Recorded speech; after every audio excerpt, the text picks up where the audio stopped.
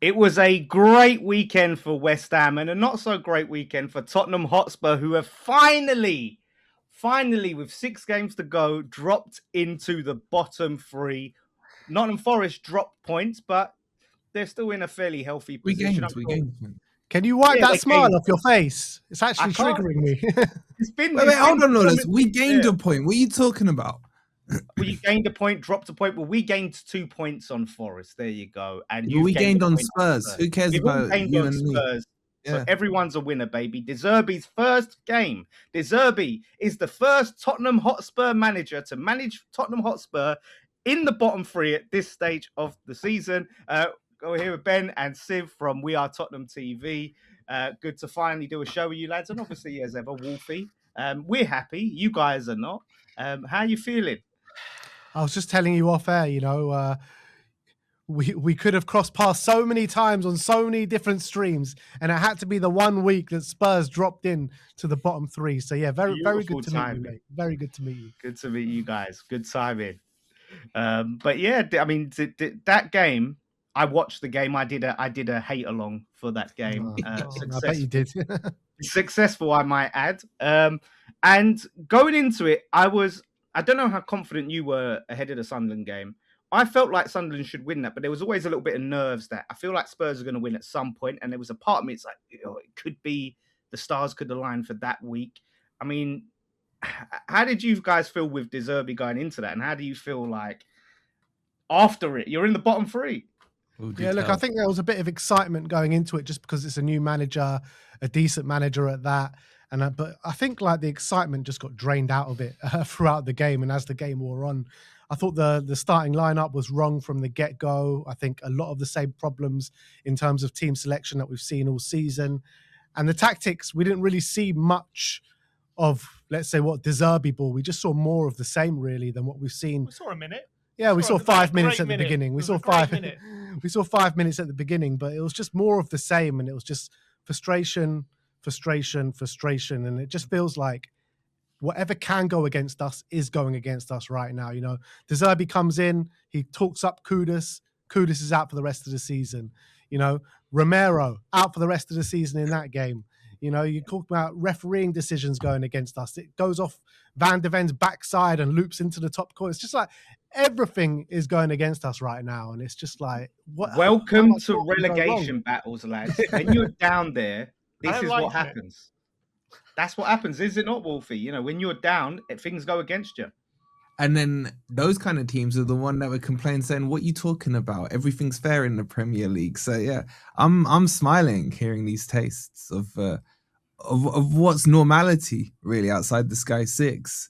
So I just you saying we've been sheltered from this for the whole time in the Premier League. Now we've been hit with reality. Yeah. This is what it's really like. Protecting you, mate, and now he's like, he can't put his name to your team. I thought when they had that penalty shout, I thought this is it. The fix is in. When he tried to give you a penalty for one of the most ridiculous non-penalties ever, I thought the fix is in here. Thankfully, one time I'm thankful for VAR overturned it because that was egregious. The fact he tried to give that. Well, I understand that they were arguing it was a pen, by the way, Lawless, so you know. The other Sunderland defender slides in and wipes him out. There's 2. But he wasn't even asking for a pen, though, Moani. He was asked for a corner. Look, we haven't had a penal season. Can we not just have one? Even if it's a dodgy one, just give us one penalty. It's ridiculous. We haven't had a penalty all season. The referee, by the way, can we all agree he was an absolute joke? The referee, we can all agree he was horrific. And when you got Rob Jones, one neutral or non-Spurs fans saying how bad the referee was, I think that's evidence in itself to say he was horrendous. I mean, how Brian Brobby stayed on that pitch, I will never know. Doing WWE actions on our players and getting away with it, injuring our best defenders for the rest of the season, and no action being taken. The whole thing was ridiculous. But we didn't lose because of the referee. Don't get me wrong. We were terrible. I think.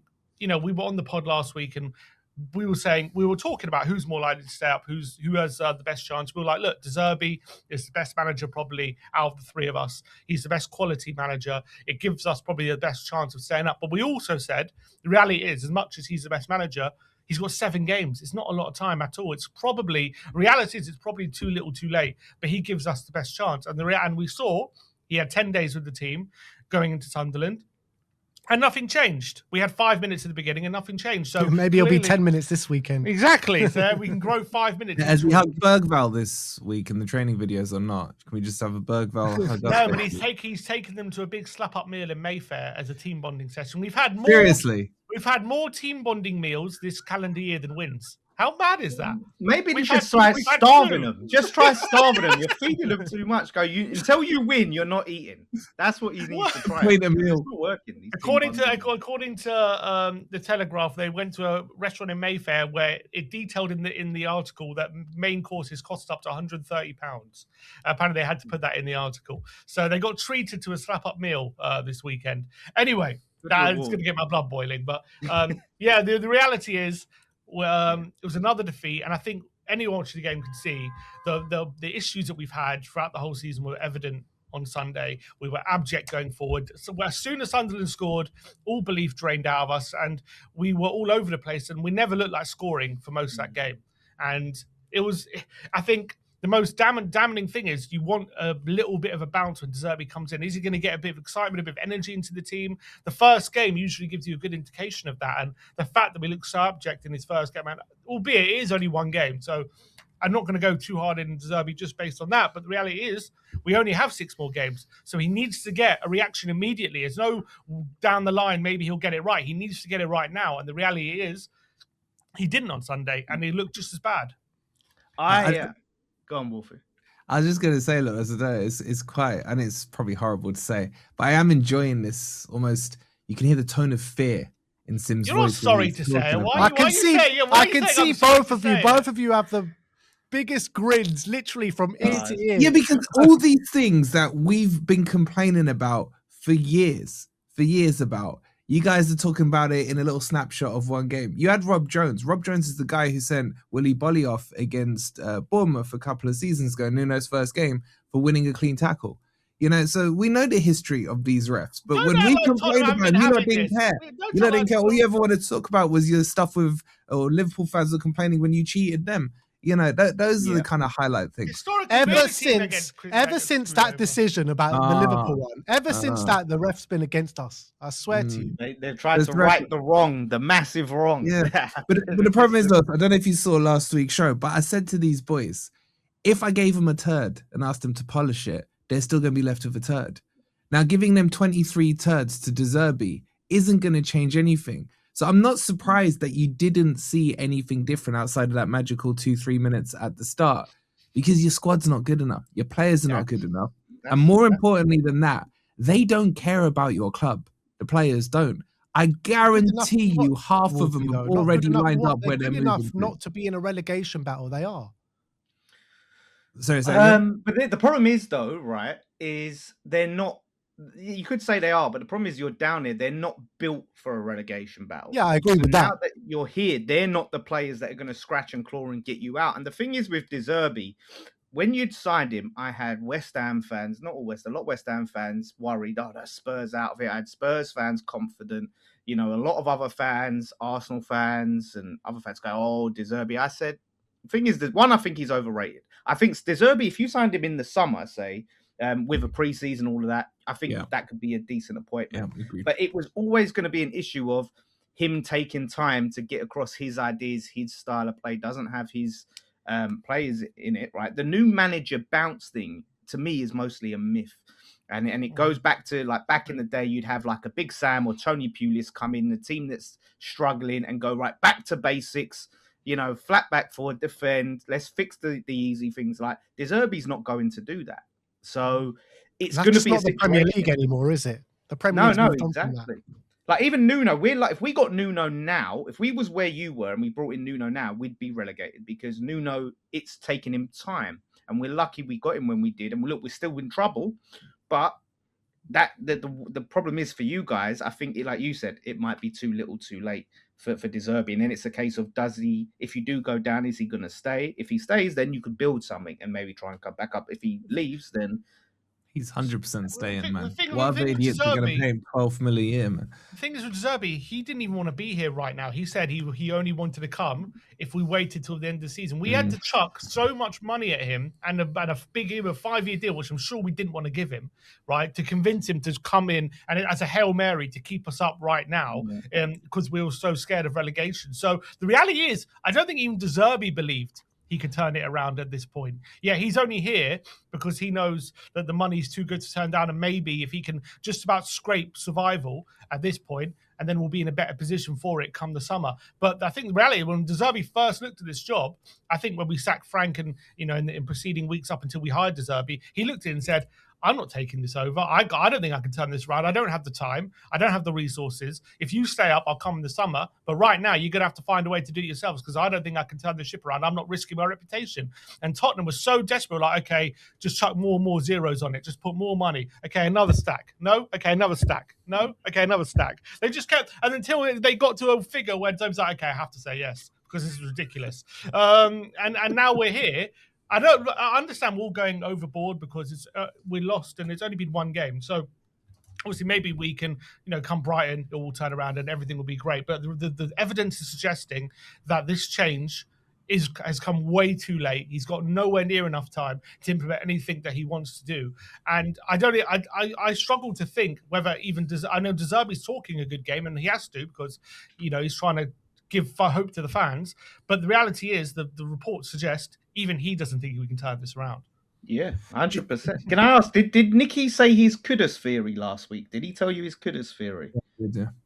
What, that he doesn't think he'll stay at Spurs? What? No. So Nicky's not here, so I want to put it to you guys.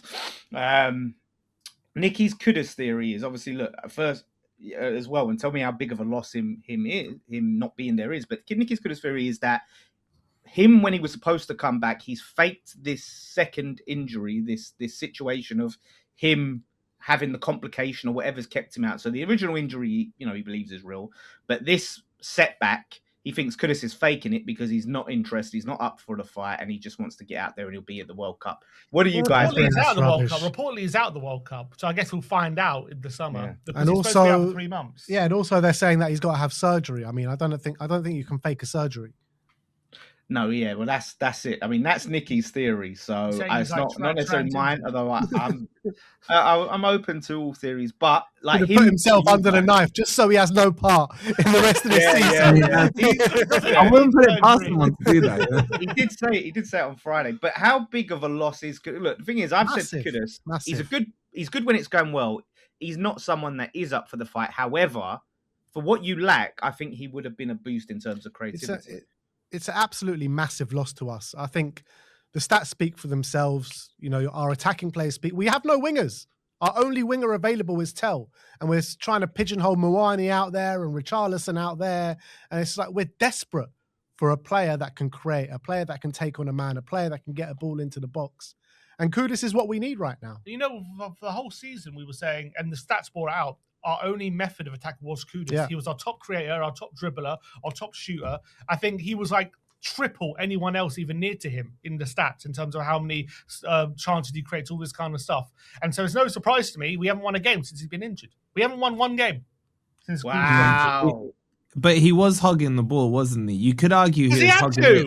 Yeah, that was the tactics. That's what the tactics were. Give the ball to Kudus. And inshallah, his end product isn't the best. And he is a selfish player. We used to see it where his head will be down, he'll dribble, smash it into the side net. Do you know what I find fascinating, boys? I look back to a key game this season, which was West Ham versus Forest when we beat you at your place, Lawless. Mm-hmm. That was at the start of January. Yeah.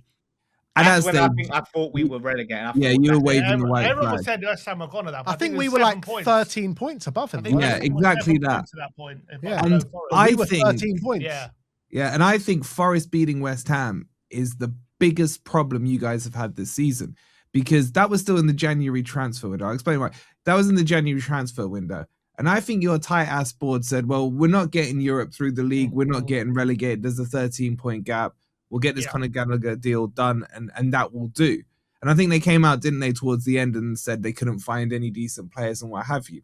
They patted themselves on the back for not panicking in the January window. Got injured players coming back, and everything will be fine. It was a bunch of bollocks. Anyway. And you know, in that January as well, Ademola Lookman pretty much offered himself to Spurs as well. And we said, nah, you're not good enough for this club. Not good enough, mate.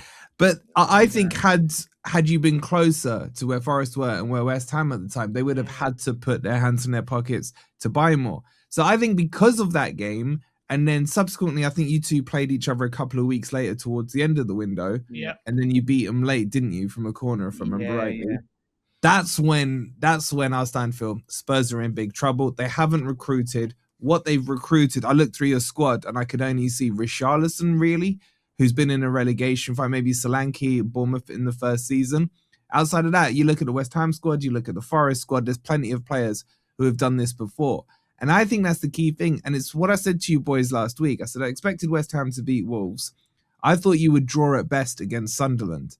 And I think the interesting thing is now you're into 18th. It can go one of two ways. This weekend for me is huge for Spurs because either the players suddenly have been slapped in the face and realized that this relegation is real. Ben still hasn't, by the way, because I heard him saying post-match he still thinks they get out of it. Not with much chest. But either they get slapped in the face and they realize this is real and they've got to step up to do it, or they accept it. So I think this Brighton game is huge.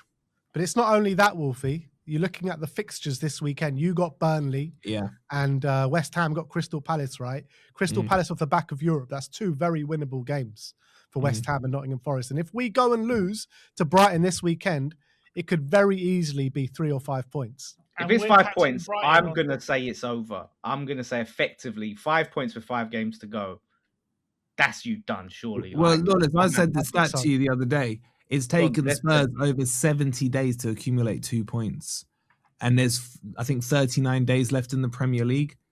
How are you gonna? How can they not be? That's what I want to ask. How can Spurs, out of 3 of us, right? Spurs might not go down, of course, right? There's a chance, but how can Spurs, out of all 3 of us, not be the favourites to go down? We are now. So, yeah, you have to. We are the favourites. Of course we are. We haven't won a game in 2026. We haven't won a game in 14 games. We've won 2 games into the last 23 Premier League games, right? The stats are horrendous. If you take our last 14 games, it's on par with the Derby team of 2008. Their first 14 games were the same amount of points as our last 14 games. That's how bad we have been. We are literally playing as one, not just a bad Premier League team, the worst Premier League team has ever seen. That's how bad we are right now. And yet we're asking this team to win 3 of the next 6. We haven't won. I've got a bad feeling, though. How are we going to do that? How are we going to do that? How is it even logical, or how is it even plausible that Tottenham win 3 of their next 6? Wolfie was about to cook. Wolfie was about to cook. I got a bad feeling about this Brighton game because it's one of those games where I think Brighton is second informed team in the league. This would be the kind of dumb game that Spurs decide to suddenly 100%. Randomly turn up, or Brighton. It's like the Dr. Tottenham Uno reverse card this weekend. Basically, yeah. So But this is why I say if you don't win this game and we beat Burnley, because I think Burnley's our season. If we beat Burnley and we've put like a 5-6 point gap on you, it's done. Then I think you might as well, start booking your trips next season to Derby and Stoke. Brighton have won 5 of their last 6. And it's actually this weekend the most informed team in the league versus the least informed team in the league. That's what it is, statistically. But one of your last wins was against a former manager's club, wasn't it, when you beat Brentford? So maybe that was in November, Wolfie. We can't be looking at November as like. And remember, they had Kudus, who that was the last time they won was with Kudus, and that's the thing. Like, do you know what? I was just thinking about this in like, hindsight and everything, but really and truly, I think you would have been better off sticking with Tudor. And I know it probably not be popular to say, but he got that holding 3 and 4 every game under Tudor. No, but you got the point at Anfield, right? And then us Spurs fans were like, okay, we're starting to see something. Then you got that win against Atletico at home. It was a dead rubber. I did say to Spurs, don't read too much into it. These two are shameless. They celebrated it. There you go. You celebrated, right? But you got the win. You see everything, Wolfie, don't you? I've got minions watching He's everything. got a hard drive. He's got a hard drive. It's all well and nice you saying, "Oh, you over celebrate." We haven't won in this year. Give us something. Can't we celebrate one win? The one win we have. We can't celebrate it. Something to sell. That's what you had. Something, right? And you could have hopefully, because I was sitting there at the start when we're talking. I'm thinking, a win changes everything. Win can change a lot, right? We look back at the QPR win in the cup as a turning point. However, I would say that for Spurs, that okay, if you win, you're going to go and kick on then and win and win and win. But you did get that win against Atletico, and even though you were still knocked out, but you still got the win, and there was positivity, and then nothing changed. So I can't even say that.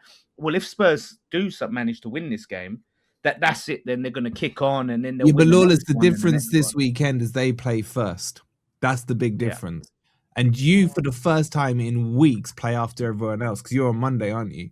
Yeah. So I think this is why I think this weekend is that important. If Spurs win this game, then that puts pressure on Forest against Burnley. I still think we should win that, depending on what happens in our Europa League match.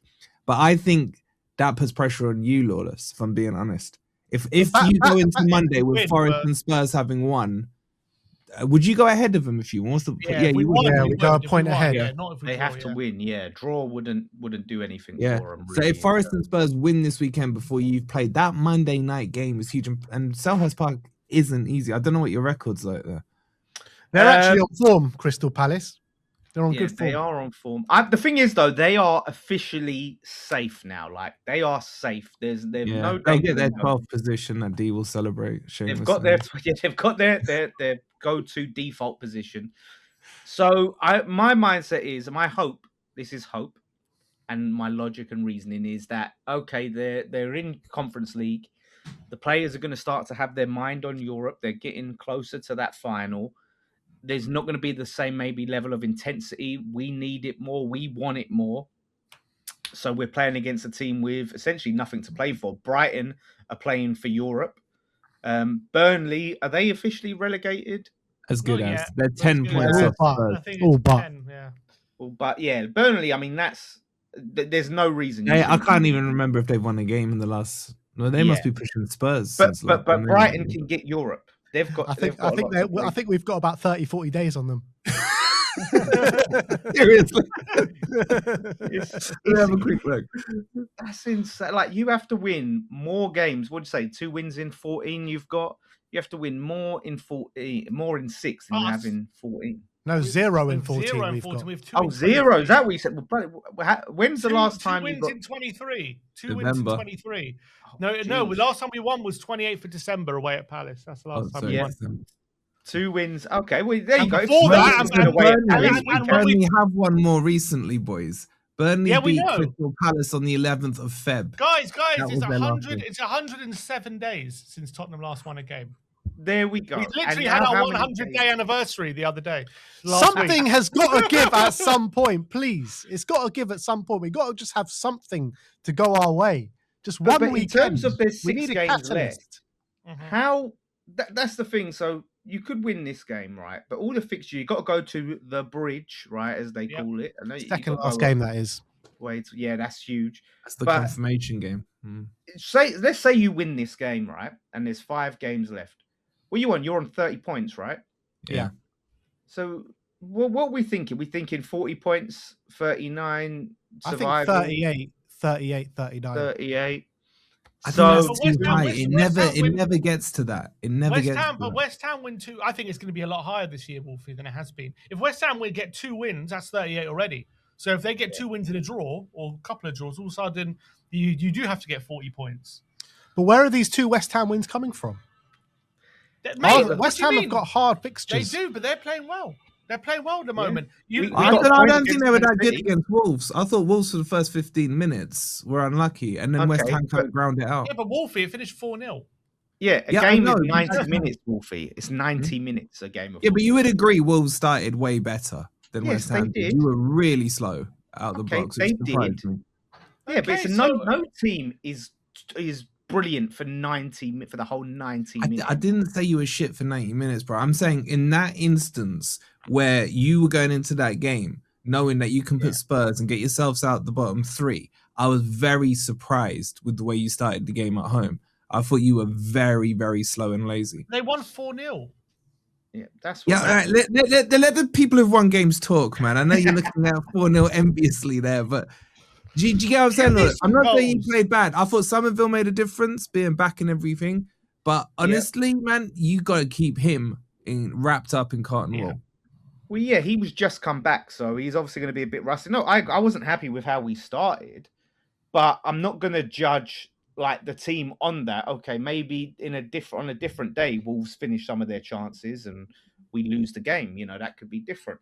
But I do think when I look at the fixtures, say Palace, so we've got Palace, Everton at home, Brentford away, Arsenal at home. That will be the game we randomly get a win. We seem to get something against these lot when they're going for a title. Newcastle away, who are awful at the moment, and Leeds at home. So say I'm thinking Leeds at home, right? I'm thinking Leeds will be safe by then. Leeds are out of it, I think. Yeah, I agree with that. That Man United game was a kick in the teeth. You know, last pod we were talking, everyone was saying, "Oh, maybe Leeds is zone one." No, you lot was saying. I told you their fixtures are easy. And then, but you didn't say they're going to beat United. We didn't talk about their game. We did. We were kind of saying. Like, no, I said you can't count Leeds in because their fixtures are the easiest of the bunch. Yeah. A lot of people thought they was going to be the ones to go down, and Nicky's been saying it for ages. Nicky and these boys are saying Leeds last week. Yeah, where are these 2 West Ham wins coming from? Leeds, right? Leeds, last game of the season. I think if I have to say like ones that I could say we can win, potentially Newcastle. Newcastle away. But wait, Newcastle are really bad at the moment, like really bad. Maybe Everton at home. I know Everton are in really good form at the moment. They're good away from home. They're the 4th best away team in the league. Yeah. Well, they might lose a couple of away games until then, and they might be like the 12th best or something. I think Leeds is your best chance. I think they can beat Everton. It's possible at home. Like right now, our home think West Ham are beating really Everton. Good. I think honestly, Lawless, you're gonna win against Leeds and draw a couple. I think you can probably draw against Palace maybe, and something silly like draw against Arsenal. I think you probably got another 5 points in you, which puts you to 37, which I think is safe. I don't think 37 safe. Yeah, it doesn't go to 40. It's very. I think you went down. Were you one of the last teams to go down over 40 or something? I think it was. Yeah, it's like look at last season. It was 25. The season before it was lower 30s. Yeah, but usually at this point in the season, the team in 18th doesn't have 30 points. No. If you look at it, someone will fall away heavily. And you don't want that to be your team. On current trajectory, 31 points is going to be safe. That's the reality. This is what I'm saying. It will get to the stage where it stretches a little. If Forest beat, who we got again, Burnley, that puts us on 36. I think Forest are a point off safety. I don't think you can get 7 points, as in Sim and Ben. It depends, Wolfie. If Spurs magically somehow get a win this weekend, then it's a point won't be enough. 4. Again, point won't be enough because without shaming you boys up, how long has it taken you to get your last 7 points? Yeah, that's fine. But Vitor Pereira's only had 1 Premier League win, and that was against us. So I mean, you haven't shown an ability. Doesn't count. That hasn't shown an ability to beat anyone else. We're undefeated in 4 in the league. This is the difference between the top and the bottom, and I'm sure Lawless will agree. Draws are big. Draws are big in a relegation battle. We went you to just Anfield got to keep that momentum ticking over and going. We got a point against Man City. So did we, yeah. Yeah, if you look, but you do that. That's normal for you, lot. That's just a given. Like you get points. 3 of us got a point against Man City. Yeah, it's true. Yeah. So look, I think 36 is the cutoff. 37 keeps you safe. That's quite high. Looking at Forest's fixtures after Burnley, where are your points coming from? I just need a draw here and there. Just a draw. So Burnley's your last win. Is that what you're saying? Burnley, and we'll scumbag like a win against, I don't know, United. We have to beat Bournemouth. We have to beat Bournemouth because that would be so fitting. There are bogey only Iraola's last game. He's going to go out with a bang. And that's our bogey team. So we owe them that. We ain't beat him for like 10 years. Okay, so you're predicting a win against your bogey. If you're in a final, you're resting everyone, aren't you, for that game? Yeah, but I think before then, I'm trying to think. After we got Newcastle, we'll probably draw. I think that's at home. Probably get a draw with Newcastle. But if our season solely depends on this Burnley game. We have to win this game. If Full you stop. don't win it, Wolfie, how are you talking to us after that? How am I talking to you? I'll just Are remind you having this much chest and confidence? Spurs are not getting any points. Like a couple of draws here and there. I honestly, I just don't think this Spurs team cares. I don't. Yeah. And I don't. You guys all know it better than me. You've watched every minute of every game, but I just because you played the same time as us last week. I was watching your highlights, and there was no real massive chances outside those couple at the start, and then a shot at the end. Was it from no real chances apart from the chances we had? No, I'm just saying there were half chances. There were half chances. There wasn't an ooh or an ah moment. And a Porro shot from the edge of the box. Off, was he? Yeah, if you look at it, you were 1-0 down, and from the highlights, again, I stand to be corrected. But I didn't see a barrage of, pushing for a win or anything like that. You're right. And that surprises me in a sense, but it also says that this team isn't fighting. I don't think it's about caring enough. I think it's about the confidence levels. I really believe that. And I think we just need something just to go our way. If it doesn't go our way, then we're going to resign ourselves to relegation and we'll be going down. We just need one game where we just have a bit of luck, have a bit of grit and just get out of it. One game. When do you wave the white flag? I'm so interested in this answer. If we go 5 points behind this weekend, probably then. No, for me, it's even if we go 5 points behind, I'm not. But if we don't win that Wolves game, then the following week, then it's over.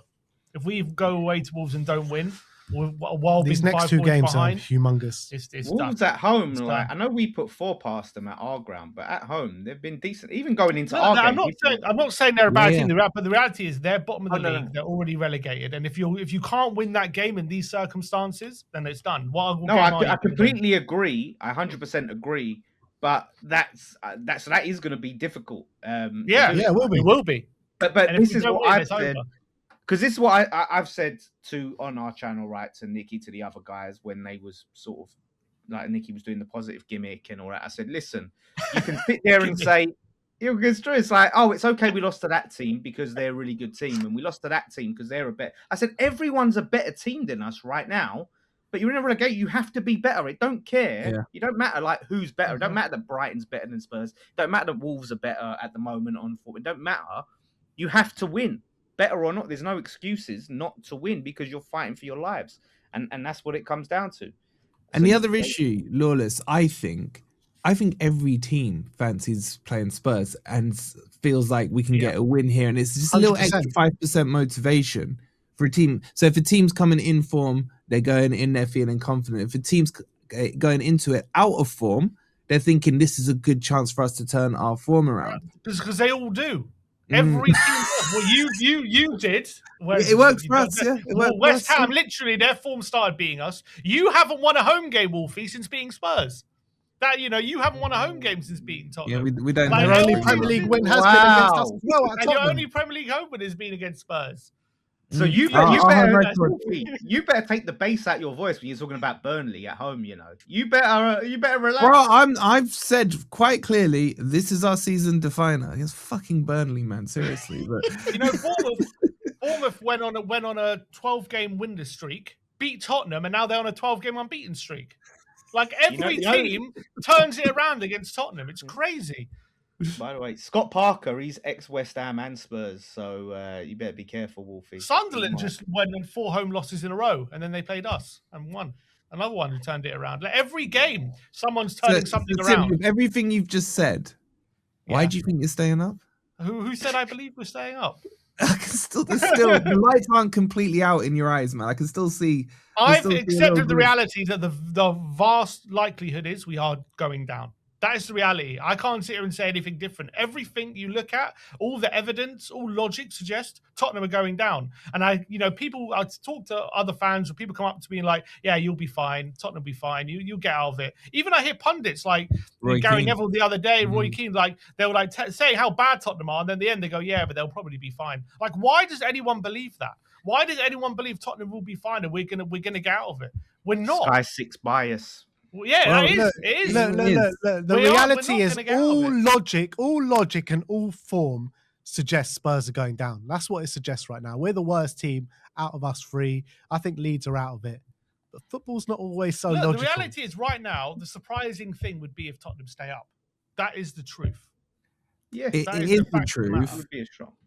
The It'd be a the shock only if we thing stay is, up. I just don't think there's enough points left. Like, I'm looking at it around. There is I enough think, points left. There no, is. no, as in achievable Practically there points. is. There's Achievable. more than enough points left. No, achievable points. I think Forest get 4 to max 5 more points. That puts us on, well, we know 37, 38. Yeah, we that. need 3 wins. We need 3 Yeah, wins. I can't see 3 wins for you. I think West Ham get another 4, maybe 5. I think we'll probably end up matching each other. West Ham and Forest will roughly finish on the same.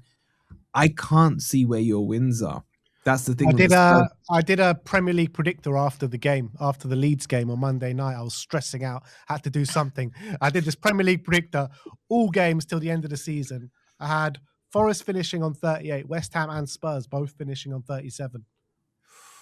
So you had West Ham going down? Yeah, on goal difference. See, the Lawless, thing is, I swear to God, if that happens and you keep them up on goal difference, I will never speak to you we're again. closing the gap on the goal difference, though. We are closing the gap Yeah. on the goal difference because we are now minus 17. That win against Wolves massive help. Spurs are minus 11 and Forest are minus 12. So we closed the gap on points to Spurs, who were like 11 to 14 points ahead of us. Now we close that goal difference gap. And the thing is, the case I can make for West Ham, apart from us being the most informed team in this whole relegation battle. You've been the most informed team since the start of the season, according to you, man. But no, in the last, I think it was like the last 11. We are the 5th most informed team in this Premier League. So let's just have that straight. But touch wood. Since when? You're the 11th, but anyway. In the last what? In the last, in the last 5, you're the 11th. Okay, last 5. We're not doing last 5. We're doing like last 11 or something like that. We'll do that. Ever since you beat Spurs, essentially. Since we beat Spurs, we're the 5th most informed team. I think that's where you count it from, isn't it? Since beating Spurs. I think everyone does. Everyone counts all their form since we beat Tottenham. Hey, we're undefeated since we played Spurs, so exactly. I hear it. That's it. So everyone kicks, but touch wood, we have our entire team fit. Like Spurs are riddled with injuries. Nowhere near got their players. We have right now, touch wood, our best players available now. When we turned our form around at the start of the season, we changed to a 4-4-2. We had Pablo and Tati up top, Somerville on the left. We lost Somerville. We lost Pablo for a time. So our form dipped slightly and we wasn't able to play that way. That Wolves game was the first time we was able to go back to that. And we saw the benefits of it. We scored 4 goals because our goals, we improved our defense, but our goals started to leak up. Now we've got that back. We've got that scoring power. So that's why I'm confident with the players we have available, with the formation we're able to play, that we're going to score enough goals and get enough wins. Whereas Spurs are massively depleted. Yeah, that's the thing for me. I remember when I was talking about West Ham on our channel, when I said Somerville being out, I think you've looked completely flat and you haven't looked the same threat without him. But at least when he's back, when you've had that dual threat of Somerville and Bowen with Tati up front, you've actually looked really dangerous and really good. You have someone you could come in and kind of rely on. We don't have anyone that we can rely on who's coming back. We all thought it was going to be Kudus and he's out. So right now, as much as we can hope maybe somebody gets injured and then you turn flat again, but we have no one coming back for us who's going to give us that power at the moment. And that is a major issue. James Maddison's back in full training. Yeah, that's true. Off the back of an ACL. But how long is it going to take him to get to match fitness? That's a big question. No. Lawless, the question is how long before he gets injured again? Is what you want to be asking. 6 games time, hopefully. That's oh my god, it is crazy. I mean, are you guys worried about the prospect of what relegation means for Spurs? I think it will be detrimental, absolutely detrimental. I don't think we come straight back up. I really don't. There's going to be a fire sale. I think financially, we're going to be completely in the gutter if we go down as well. I genuinely don't think we come straight back up. We can't go down. I'm just refusing. I'm refusing to believe it. I have a few dips here and there, but I am refusing to believe that Spurs are going down. I just thought something is going to come from somewhere. There's just some angel is gonna come. Yeah, she's gonna swoop down and give us our points. Something is gonna. If you go down, right, Wolfie may be able to remember this far back to remember when Forest first went down. But when you go down as a Premier League big team, you're everyone's cup final that week. Yeah, correct. Especially Every in the team that stadium plays as you, well. yeah, with the stadium as well. Like when we went down, but every team like raised their game against us and played, and But that's why that we had to go through the fades. playoffs. The longer you get stuck in that championship, it starts to fade. I just think, you know what I love about this, Lawless, man? The humbleness that the boys have got now. Because I remember when Forest played. When did we play you the first time this season? It was back December. Is it December? Yeah, and they both had their chest You know what, out. Wolfie? I really pray Nottingham Forest go down. And I was warning them. I really pray Nottingham Forest go down. Even West Ham, as much as I hate West Ham, I really pray Nottingham Forest go down. But you guys wouldn't listen to my warnings. I had Ben telling me he wanted to put a bet that Spurs would finish above Forest and all this. And I said to them, Thomas Frank, you lot will want him out by Feb. Gone is Thomas Frank. And then after the game, I was like, Spurs are getting relegated. They're the worst team I've seen play all season. And it's just been nosediving away. And it wasn't just me that warned you. It was Marinakis in the summer when he refused to let Gibbs White go to Spurs. Gibbs White must be thanking Marinakis every day. What he does? I think he says a bunch of stuff just to piss us off, right? He says like when everything's been going on this season, like with Gibbs White, with the whole Marinakis, with every time he predicts a massive Forest win, right? I don't think he believes it. He just says it to piss us off, and then it actually happens. Every time it actually happens, and just by luck, his predictions come right, and then he can come on these streams and give it all the figures.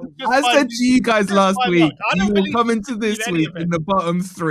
Yeah, and here you are. You guys don't even know my predictions. Like, Wolfie, I guess the silver lining here is, Wolfie, that you said Spurs could win this weekend. I've got a bad feeling about this weekend. That's right. He's right. Would Spurs be above Forest right now if they'd got Gibbs White? Would they be in the bottom 3? No, our problem hasn't been, in my opinion, obviously the personnel's not great, but it's been mainly tactical why we're in the position that we're in. Thomas Frank didn't know how to get anything out of the players. Igor Tudor was just a disaster, and that's why we're here. I don't think it's because of the personnel. Do you know how funny it is that Spurs finally win a trophy and the following season they potentially get relegated? Well, can we all agree? Andrew's right. Season 3 is definitely better than season 2. Season 3. Oh my gosh. I feel so bad. I feel bad for you guys. How am I feeling bad? Like, I feel bad. We did warn him, man. Me and you talking about Spurs is not a good combo, man. We don't want your West Ham pity. We don't want it. So, like, looking then, if you was to predict this fixture, I mean, we'll start with Spurs.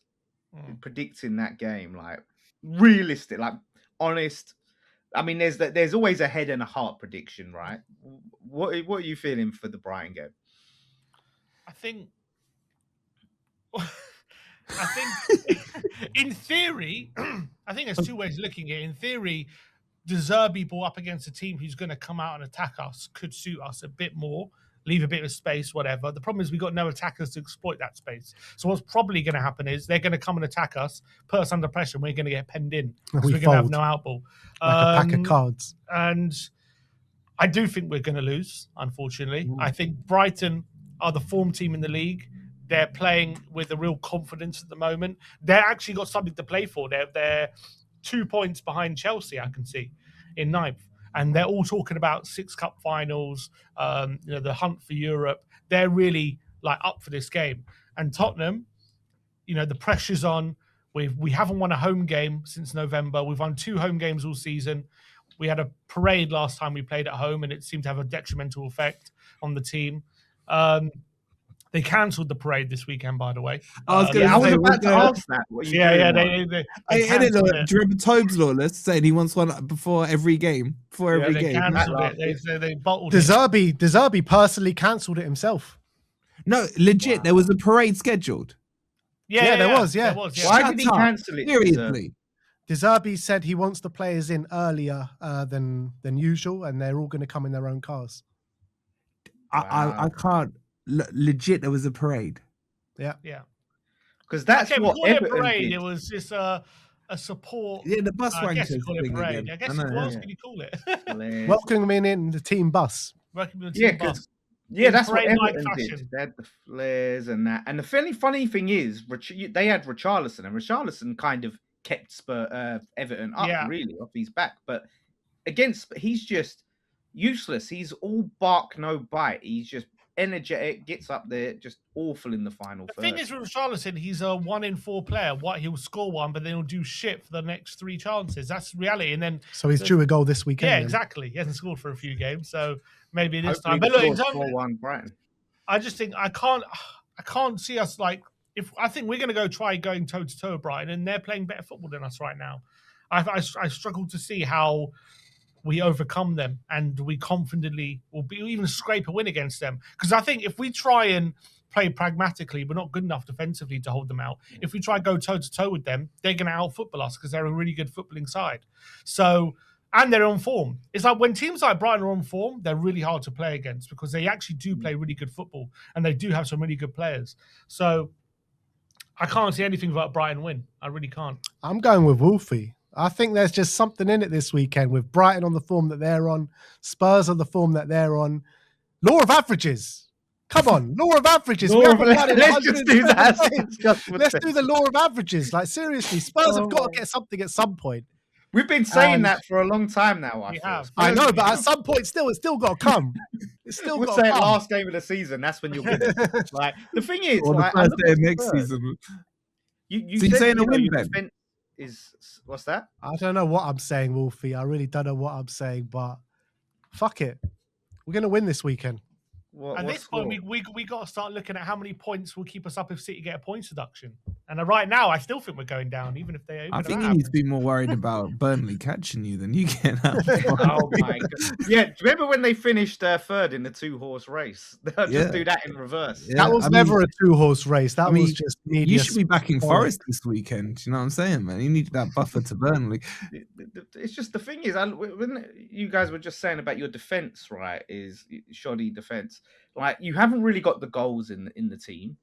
Yeah. Your defense is suspect. And then I look at us, right? Our defense is a good amount. Disasi's been a great signing for us. Mavropanos is on the form of his life, so our defense is on point. Mavropanos is scissor kicking. You know, there's something going on there.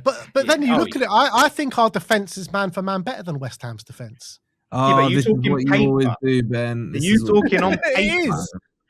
Just as general players, on paper, yeah. But let's take Romero out of it. We can't because he's out. Yeah. He's taking himself out. He probably won't ever play for Spurs again. I'm taking Danso over Mavropanos. Right now? Ben, don't do this, Ben. Don't do this. I am, though. You always do this, man. You're taking Danso over Murillo and Milenkovic as well while we're at it. Forget them two. I'm talking about Mavropanos. Mavropanos has probably been more consistent than Milenkovic this season, I'd say. Under Nuno. Would you agree with that? He's been unbelievable this season. That's what I'm saying. So when I look at our inform, our defensive, and then Tadebo's been quality, and he's like a backup. So we've got embarrassment of riches in there. So like, and then we've got Kilman. No, Kilman's not. Kilman can go to Spurs. Like we'll sell him to Spurs in the summer. They can have Kilman. But and then in attack we've got Bowen and we've got like Somerville for the goals. So that's what I'm saying. We've got goals and we've got our defense. Forest are very. Nicky was on last week saying how shocking Bowen's been all season.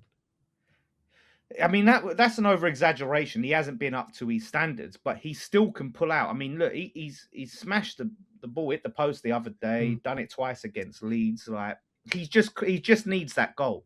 But he's still a bigger goal threat than anyone Spurs have got. Yeah, 100%. 100%. And that's what I'm saying. That's why I look and go, goals win games. We've got goals, but we've also got the personnel to keep the goals out. So that's why I look at us. Where you guys, out of all of us, like Forest have struggled for goals, but they've got a better defense than Spurs right now. And Chris Wood is back now. I think you've got a team that suits your tactics. I think you've got defenders who are quite good at defending their box, and then you've got fast attackers on the wings that can exploit space in behind.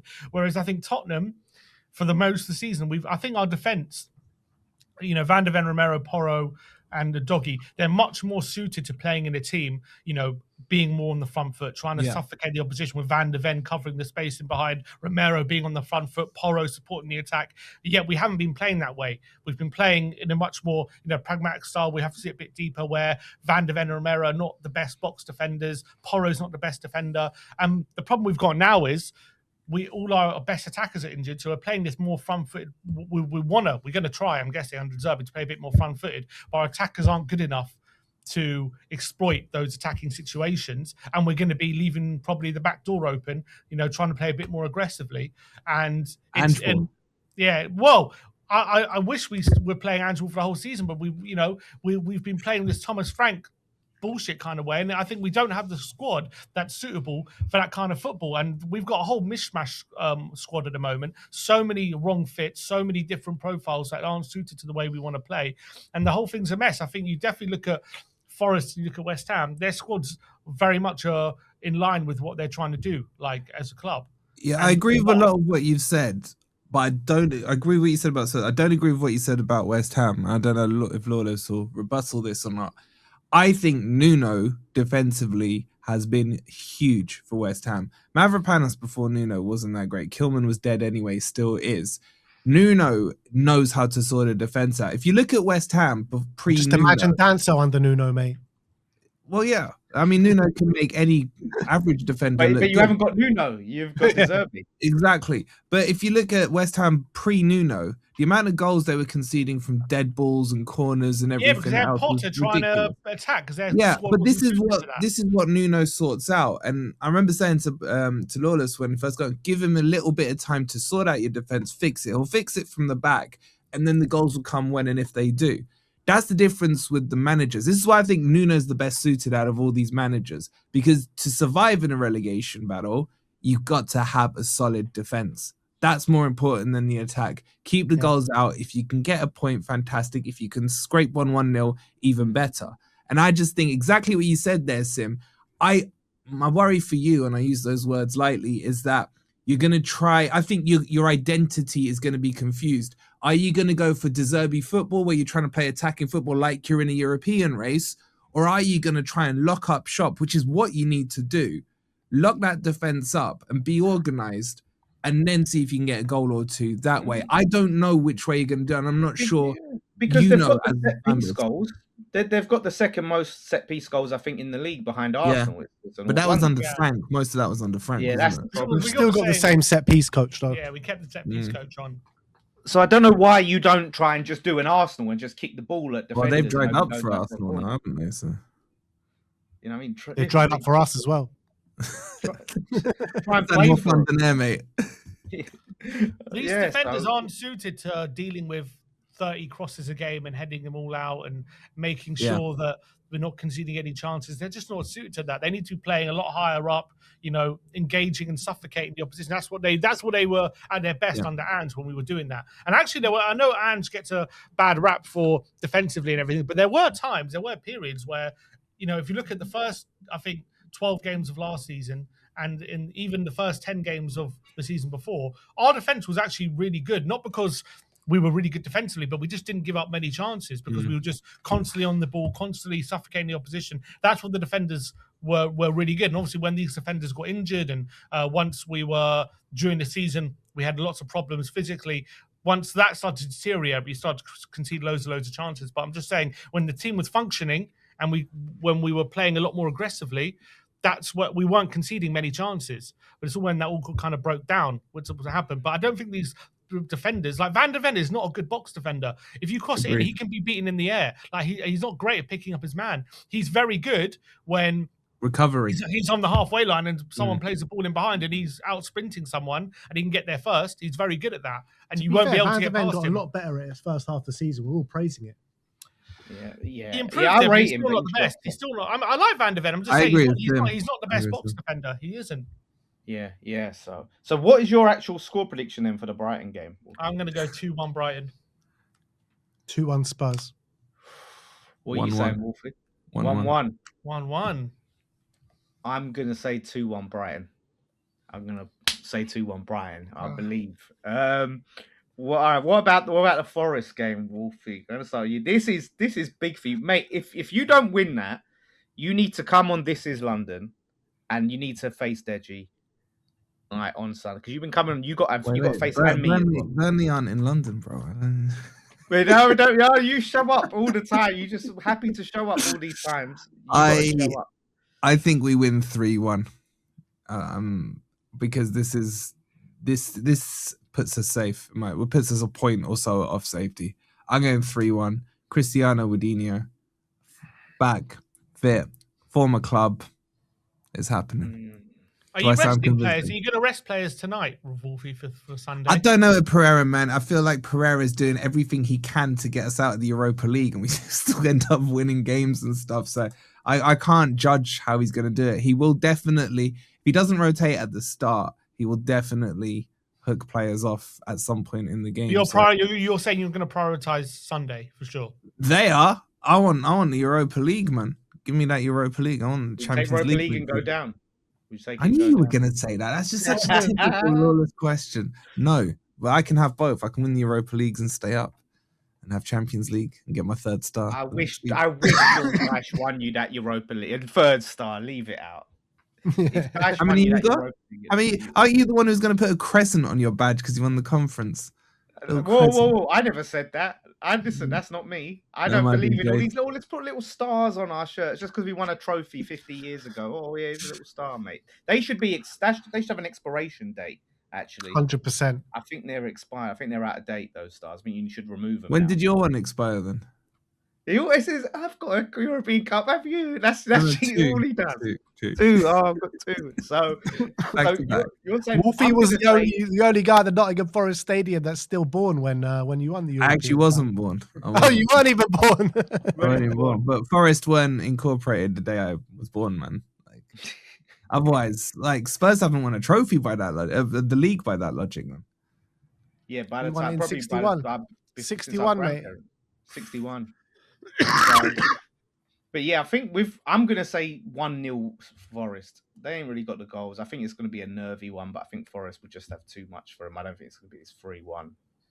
Yeah, I thought 1-0 as well. I think Forest, because it depends. If they go full strength tonight, I reckon there's a chance they could drop points. But if they rest a few players and save them for Sunday, I think they'll win the game. And I think they'll win the game, but it'll be close because Burnley haven't been playing badly, albeit they've been losing a lot. They haven't recently. They've actually been giving teams a decent game. And I think Forest are not like the most free-flowing team, opening teams up a lot. Like, they're quite a stodgy team in themselves, but I do think they win the game. I think they get a goal, and I think Burnley won't be good enough to get one themselves. So what's the score going in tonight, Wolfie? 1-1.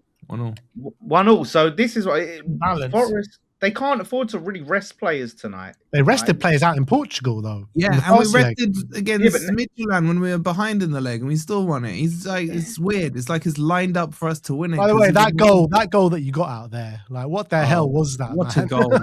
Did you see how we pressured? What the hell was that? So if you rested players tonight and you went out, surely you're going to be fuming and saying, "Why did we rest players?" Well, you'll get to see it on my match reaction, mate. Okay, well, tune in. So what is it? So 1-1. I've said 1-1. Wolfie said 3-1. Wait, you said 1-0. You're changing this score. 1-0. I'm going 2-0 Forest. I think it's going to be a routine victory for Forest. I think they're going to rest players tonight, and this is so nailed on now for them. Going to be their last win of the season. Well, let me ask you: if Forest win, are you putting Forest safe? No. Depends what happens in the other game. So you've got Leeds safe, who would have been technically on the same points as Forest. They're going to beat Wolves. They're going to beat Wolves this weekend. Yeah. Yeah, their home game. If Leeds lose to Wolves, are you putting Leeds back in this then? Yeah, if they lose to Wolves and we win, they're back in it. Yeah, if we all win. Yeah. But because they got West Ham and us to play. So they're back in it if they don't beat Wolves. But if they win Wolves, they beat Wolves, they'll be 9 points clear before we play. So it'll be over. Are they playing before you? Yeah. Okay. They're playing at 3:00. That's big for them. That's big for Leeds. So they then got Burnley as well at home coming up. So they're going to win one of those surely. Yeah, they've got. I just think we've all predicted Nottingham Forest to beat Burnley. It's so nailed on now for you to lose. Don't you start. Let's do the West Ham one. West Ham, right? You never know. I've seen stranger things happen. We drew with them away under Ange, so. Let's see. Should have kept. And you haven't now won a home game in this calendar year. It's true. You haven't won one. Well, technically, we have in Europe. In the Premier League. You got to be more specific with your questions. It's a statement. Yeah, it's a statement. Nottingham Forest have not won a home game in the Premier League in this calendar year.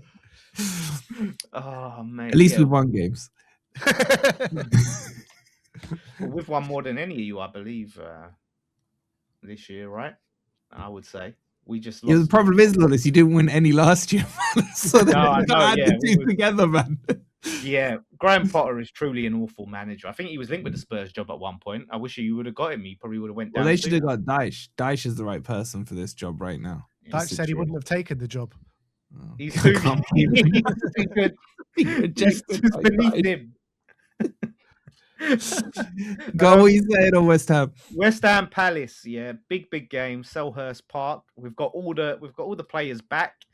We're coming off a win, positivity, momentum. Although, yeah, Palace are a good team at Selhurst, so I'm gonna say 1-1. I think we get so like if we win, it will be huge for us. It will be massive to go from last week to winning all back-to-back wins. So it'd be huge, and I think if say Spurs won and got out the bottom three.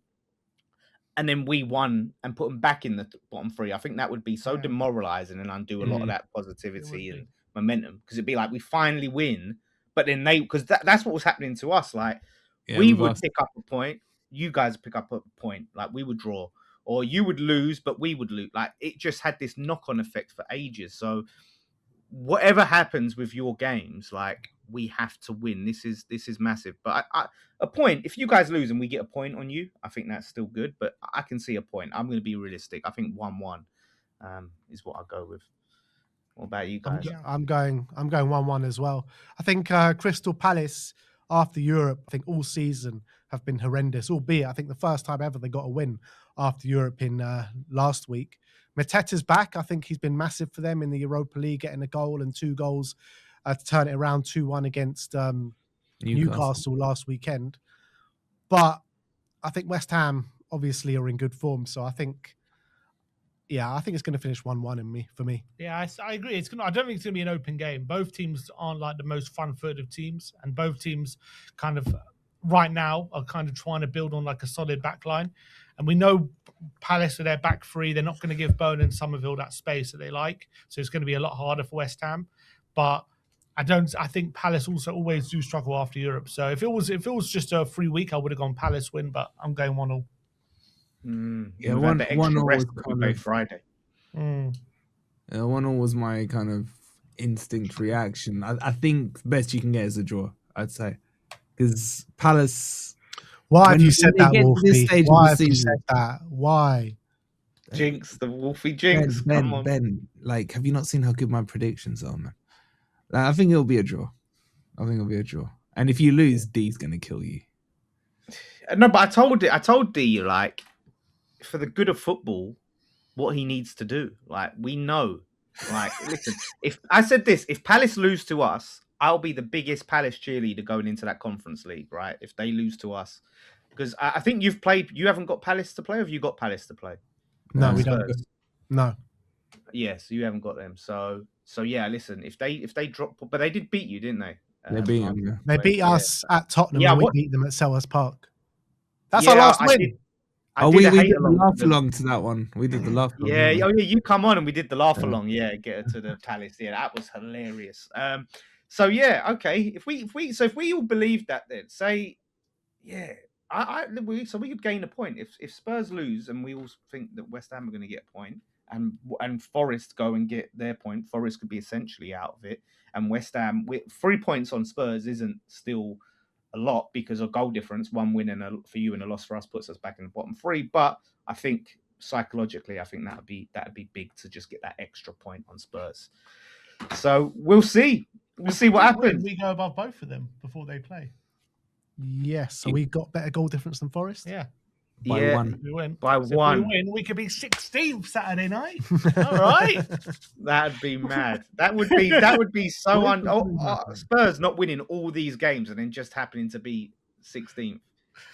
Wolfie, with Brighton with the form that they're on, Spurs with the form that they're on, De Zerbi against his old club. Surely something's written to. Love this. I can't wait for your match preview the day before. You're both going to be all hyped up. Yeah, let's build them up. Let's build them up. It'll be. We don't need any help. We don't need any help doing that. Yeah, honestly, brilliant. So listen, like I said, huge weekend. Let's see what happens, guys. It's lots riding on it. And the one thing is, like now for you guys, you're in this relegation battle for the first, like it kind of was last season, but not real jeopardy to it. You was down there, but there weren't real. Now there's every game feels like the Champions League final in a way. It's huge. It's nerves, excitement. That's the one positivity to it. At the same and time, after every game feels like the end of the world. I've got a pit in my stomach, literally constantly, man. I've never You felt guys like have this been losing that Champions League final to Liverpool like every Yeah. week this year, Literally. pretty much. You've been reliving that feeling. It's just the Serious same PTSD. This is worse than that, man. I swear this is worse than, because at least when you lose a Champions League final, you're like, all right, we got to the Champions League final. Let's go again next season. Still in the Champions League. This is fucking going down to the Championship, man. This is just like. I gotta say, this your is boys' something match else, man. reactions, your match reactions, vlog things, I've been loving them. Been loving them.